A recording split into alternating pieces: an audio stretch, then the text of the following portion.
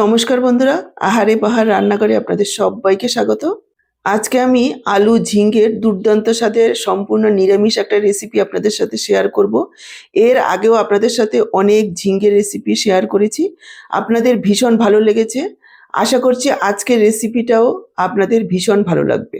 আজকের রেসিপিটা একেবারে নতুন, তো চলুন দেরি না করে রেসিপিটা দেখে নেওয়া যাক। আজকে ঝিঙ্গে আলুর রেসিপিটা করার জন্য দেখুন আমি এখানে দুটো মিডিয়াম সাইজের ঝিঙ্গে নিয়েছি, ওয়েট 400 গ্রাম। ঝিঙ্গেগুলোকে দেখুন এইভাবে একটু খোসা ছাড়িয়ে নিচ্ছি। পুরোপুরি খোসা ছাড়াবো না, একটু রেখে একটু খোসা ছাড়িয়ে নেব। এতে করে ঝিঙ্গেগুলো রান্নার পর একেবারে চুপসে যাবে না। আর পুরোপুরি খোসাটা ছাড়িয়ে নিলে একেবারে নরম হয়ে যাবে, দেখতেও ভালো লাগবে না, খেতেও ভালো লাগবে না। দর্শক বন্ধুরা, এখানে প্রথমে একটা কথা জানিয়ে রাখি, আমার আজকের রান্নাটা দেখে কেমন লাগলো কমেন্ট বক্সে জানাতে ভুলবেন না। ভালো লাগলে অবশ্যই একটা লাইক করে শেয়ার করে দেবেন। আর আমার থেকে এইরকমই নিত্য নতুন রেসিপির আপডেট পেতে চ্যানেলটাকে সাবস্ক্রাইব করে সাথেই থাকবেন। বেল বাটনটা অল করে দিলে আমার দেওয়া যে কোনো রেসিপির আপডেট সবার আগে আপনাদের কাছে পৌঁছে যাবে। ফেসবুক থেকে ভিডিওটা দেখে থাকলে আহারে বাহার রান্নাঘর পেজটাকে ফলো করার অনুরোধ রইল।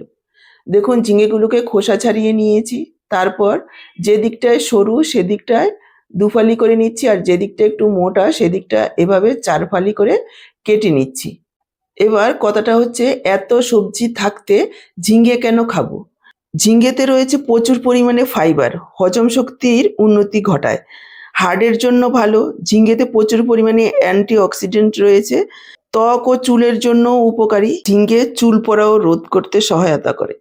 ঝিঙ্গে ওজন কমায়, চোখ ভালো রাখে, রোগ প্রতিরোধ ক্ষমতাও গড়ে তোলে। এত গুণাগুণ থাকা সত্ত্বেও অনেকেই ঝিঙ্গে খেতে চায় না, এর স্বাদটা খুব একটা ভালো না হওয়ার কারণে। কিন্তু আমি আজকে যেভাবে রান্নাটা করব দারুণ টেস্টি হবে। যারা খেতে একেবারেই পছন্দ করে না, একবার যদি খায় বারবার খেতে চাইবে। দেখুন ঝিঙ্গেগুলোকে কেটে নেওয়ার পর আমি এখানে নিয়েছি একটা মিডিয়াম সাইজের আলু। আলুটাকেও এইভাবে একটু পাতলা করে লম্বা করে কেটে নিচ্ছি।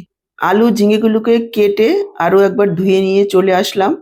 আর এদিকে একটা মশলা তৈরি করে নেব, তার জন্য মিক্সচার জারে নিয়ে নিচ্ছি 1/2 ইঞ্চি আদা, 2টো কাঁচা লঙ্কা একটু টুকরো করে দিলাম যাতে পেস্ট করতে সুবিধা হয়। সাথেই দিয়ে দিচ্ছি 1/2 চা চামচ ধনের গুঁড়ো, 1/2 চা চামচ জিরের গুঁড়ো, 1/2 চা চামচ দিয়ে দিলাম মৌরি গুঁড়ো, আর 1/2 চা চামচ হলুদ গুঁড়ো। এবার একটু জল দিয়ে একেবারে মিহি একটা পেস্ট তৈরি করে নিয়েছি দেখুন। এবার অনেকেই মনে করবেন গুঁড়ো মশলাগুলো আবার পেস্ট করা হলো কেন? এইভাবে যদি একটু পেস্ট করে নেওয়া যায় সব কিছু একসঙ্গে, একেবারে বাটা মশলার একটা টেস্ট পাবেন। এখন অনেকেই মশলা বেটে রান্নাটা করতে চান না, এইভাবে করে নিলে অনেক স্বাদ বেড়ে যায়। আপনারা চাইলে গুঁড়ো মশলা দিয়েও করতে পারবেন। আর মৌরি গুঁড়োটা দেওয়ার কারণে একেবারে মন্দিরের তরকারির মতো স্বাদ আসবে। এবার দেখুন গ্যাস অন করে কড়াই বসিয়ে দিয়েছি, দিয়ে দিলাম সর্ষের তেল। তেল ভালোভাবে হাই ফ্লেমে প্রথমে গরম করে নেব, তারপর গ্যাসের ফ্লেমটাকে লোতে করে আলুগুলো দিয়ে দেব। সর্ষের তেল ভালোভাবে গরম করে নেওয়ার ফলে সর্ষের তেলের যে একটা ঝাঁজ আছে সেটা চলে যায়, এতে করে তরকারির স্বাদ বাড়ে। এবার আলুর মধ্যে দিয়ে দিলাম 1/2 চা চামচ পরিমাণ লবণ। আলুগুলোকে একেবারে লালচে করে ভেজে নেব, মিডিয়াম লো ফ্লেমে রেখে একটু ঢাকা দিয়ে দিচ্ছি। এতে করে আলুগুলো ভাজা হওয়ার সাথে সাথে একটু নরমও হয়ে যাবে। দেখুন ঢাকা দিয়ে প্রায় 2 মিনিট মতো আলুগুলোকে ভেজে নিয়েছি। আলুগুলো লালচে করে ভাজা হয়ে গেছে, একেবারে 60 থেকে 70% আলুগুলো সেদ্ধও হয়ে গেছে। এবার আমি যোগ করে দিচ্ছি কেটে রাখা ঝিঙে। ঝিঙেগুলোকেও একটু ভেজে নেব, তবে এই সময়ে গ্যাসের ফ্লেমটাকে হাইতে রাখবো। আর এখানে কোনো রকম লবণ হলুদ কিছুই দেব না, হাইতে রেখে এভাবে নাড়াচাড়া করে ভাজবো। এতে করে ঝিঙের স্বাদ অনেকটাই বেড়ে যাবে। লবণও দেব না, ঢাকাও দেব না, তাহলে জল ছেড়ে দেবে। তবে খুব বেশি কড়া করে ভাজবো না, হালকা ভেজেই ঝিঙেগুলোকে তুলে নেব। ঝিঙ্গে আলুগুলোকে আরও 2 মিনিট মতো ভেজে নিয়েছি, এবার তুলে রাখছি। তোলার সময় সাইডে একটু ধরে তুলবো যাতে এক্সট্রা তেলটা কড়াতেই থেকে যায়। ঝিঙ্গে আলুগুলোকে তুলে নিয়ে ফোড়নে দিয়ে দিলাম 1/2 চা চামচ গোটা জিরে, একটা তেজপাতা, কয়েক সেকেন্ডের জন্য একটু ভেজে নেব। তারপর এখানে যোগ করে দিচ্ছি একটা বড় সাইজের টমেটোর অর্ধেকটা এভাবে ছোট করে কেটে দিয়েছি। 1 মিনিট একটু টমেটোটাকে ভেজে নেব যাতে করে কাঁচা গন্ধটা চলে যায়। টমেটোটাকে 1 মিনিট ভেজে নিয়েছি। এবার আমি যোগ করে দিচ্ছি পেস্ট করে রাখা মশলাটা। মিক্সচারের জারটা ধুয়ে অল্প পরিমাণে একটু জল দিয়ে দিলাম। আর যোগ করে দিচ্ছি 1/2 চা চামচ কাশ্মীরি লাল লঙ্কার গুঁড়ো কালারটাকে সুন্দর করার জন্য। এটা কোনো রকম ঝাল হবে না। ঝাল লাল লঙ্কার গুঁড়োটা দেব না যেহেতু কাঁচা লঙ্কা দিয়েছি। কাঁচা লঙ্কার ঝালেই ঝাল হবে। এবার পুরো মশলাটাকে 2 মিনিট সময় নিয়ে মিডিয়াম ফ্লেমে কষিয়ে নেব। দেখুন মশলাটাকে 2 মিনিট মতো কষিয়ে নিয়েছি। দেখেই বুঝতে পারছেন মশলাটা একেবারে তেল ছাড়তে শুরু করেছে। এই সময় আমি যোগ করে দিচ্ছি গোবিন্দভোগ চাল। এখানে হাতের মুঠোয় 2 মুঠো গোবিন্দভোগ চাল রয়েছে। ওয়েট 30 গ্রাম মতো হবে। চালটাকে আমি 15 মিনিট আগে একটু ধুয়ে রেখে দিয়েছি। সেই চালটাই আমি এখানে যোগ করলাম।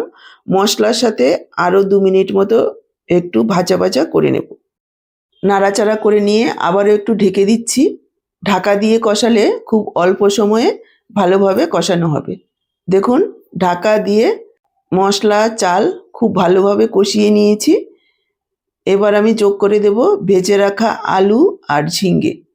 সব কিছু একসঙ্গে আরও কিছুক্ষণ কষিয়ে নেব যাতে করে সব কিছু একসঙ্গে ভালোভাবে ভাজা ভাজা হয়। এইভাবে স্টেপ বাই স্টেপ সব কিছু যদি ভেজে নেওয়া হয় তাহলে এর স্বাদ কিন্তু অনেক গুণ বেড়ে যায়। দেখুন আরও 2 মিনিট মতো কষিয়ে নিয়েছি। খুব ভালোভাবে কষানো হয়ে গেছে। এবার আমি দিয়ে দিচ্ছি জল। যেহেতু এখানে চাল দেওয়া রয়েছে জলের পরিমাণটা একটু বেশি দিতে হবে যাতে চালটা খুব ভালোভাবে সেদ্ধ হয়। তবে এটা কিন্তু পাতলা ঝোল হবে না, একটু মাখো মাখো টাইপের হবে। আমি এখানে 1.5 গ্লাস জল যোগ করেছি। মিশিয়ে নিয়ে ঢাকা দিয়ে প্রায় 7-8 মিনিট রান্না করে নেব। দেখুন ঢাকা দিয়ে 7-8 মিনিট রান্না করে নিয়েছি। ঝিঙ্গে তো সিদ্ধ হবেই, আলুও সিদ্ধ হয়েছে আর চালগুলো খুব সুন্দরভাবে সেদ্ধ হয়েছে। আমি একবার দেখিয়ে দিচ্ছি। দেখুন চালগুলো একেবারে গোটা গোটা রয়েছে অথচ টিপ দিলে গলে যাচ্ছে। এরকমই সেদ্ধটা করে নিতে হবে। এর থেকে বেশি গলিয়ে ফেললে ঘাটা ঘাটা হয়ে যাবে, খেতে ভালো লাগবে না। এবার যোগ করে দিলাম পরিমাণ মতো লবণ। দিয়ে দিচ্ছি 1 চা চামচ চিনি। এর স্বাদ একটু মিষ্টি মিষ্টি টাইপের হবে যেহেতু সম্পূর্ণ নিরামিষ আরও গোবিন্দভোগ চাল দিয়ে করা। এটা খুব বেশি একটা ঝাল হবে না। আর দিয়ে দিচ্ছি একটু গরম মশলার গুঁড়ো, 1/2 চা চামচ ঘি। আরও একবার সব কিছু মিশিয়ে নেব আর এভাবেই 1 মিনিট ফুটিয়ে নেব।